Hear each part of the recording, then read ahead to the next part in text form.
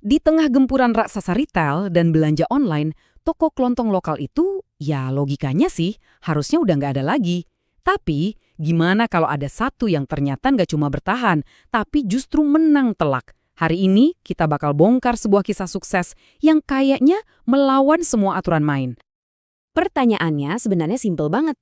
Di dunia yang udah dikuasai raksasa-raksasa e-commerce, gimana caranya sebuah supermarket lokal di Tiongkok bisa sesukses ini? Apa sih rahasianya? Yuk kita kenalan lebih dalam sama supermarket yang namanya Pangdonglai.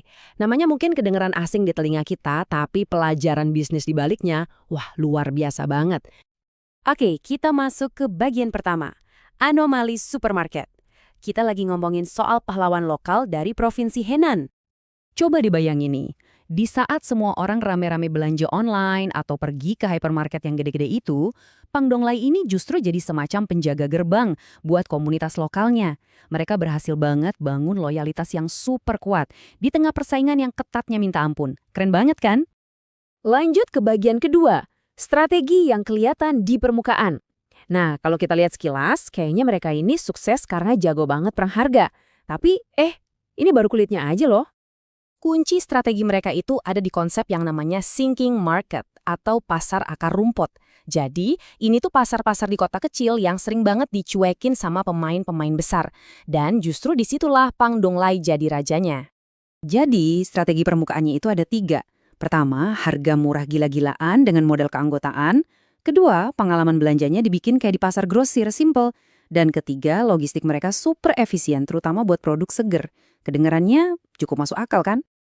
Eits, tapi tunggu dulu. Harga murah itu emang bisa bikin orang datang sekali. Tapi itu nggak cukup buat bikin mereka balik lagi, dan lagi. Itu bukan rahasia yang sebenarnya.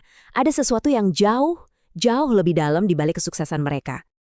Nah, ini dia bagian paling pentingnya, resep rahasia mereka. Kunci kenapa pelanggan mereka bisa super setia. Dan jawabannya, mungkin bakal bikin Anda kaget. Semuanya itu berakar dari filosofi pendirinya. Menciptakan kemakmuran bersama. Coba deh perhatiin 2 kata itu. Kemakmuran dan bersama.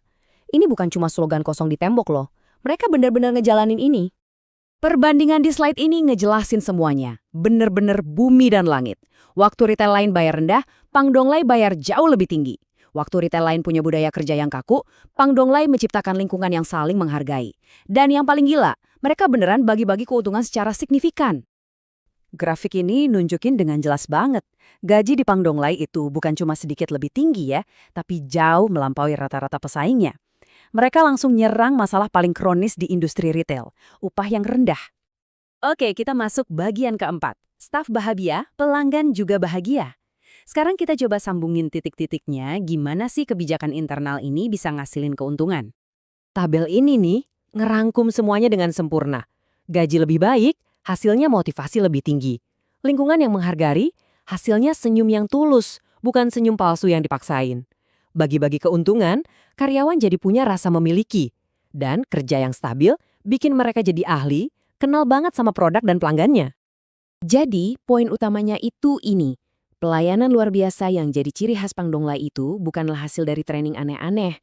Itu adalah cerminan langsung dari karyawan yang merasa diperlakukan dengan luar biasa.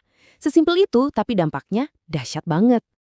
Oke, kita sampai di bagian terakhir, pelajaran dari Pangdonglai. Jadi, apa sih yang bisa kita semua pelajari dari kisah ini? Inti pelajarannya sebenarnya simpel, tapi dalam banget. Keunggulan kompetitif yang beneran itu bukan ada di produk yang dipajang di rak, tapi ada pada orang-orang yang ngisi rak itu. Tim Anda. Jadi, saya mau tinggalin Anda dengan satu pertanyaan buat direnungkan. Dalam bisnis Anda, atau mungkin di tempat Anda kerja, investasi terbaik itu sebenarnya ditaruh di mana? Di produk atau di orang-orangnya? Kisah Pangdonglai kayaknya udah ngasih jawaban yang jelas banget ya.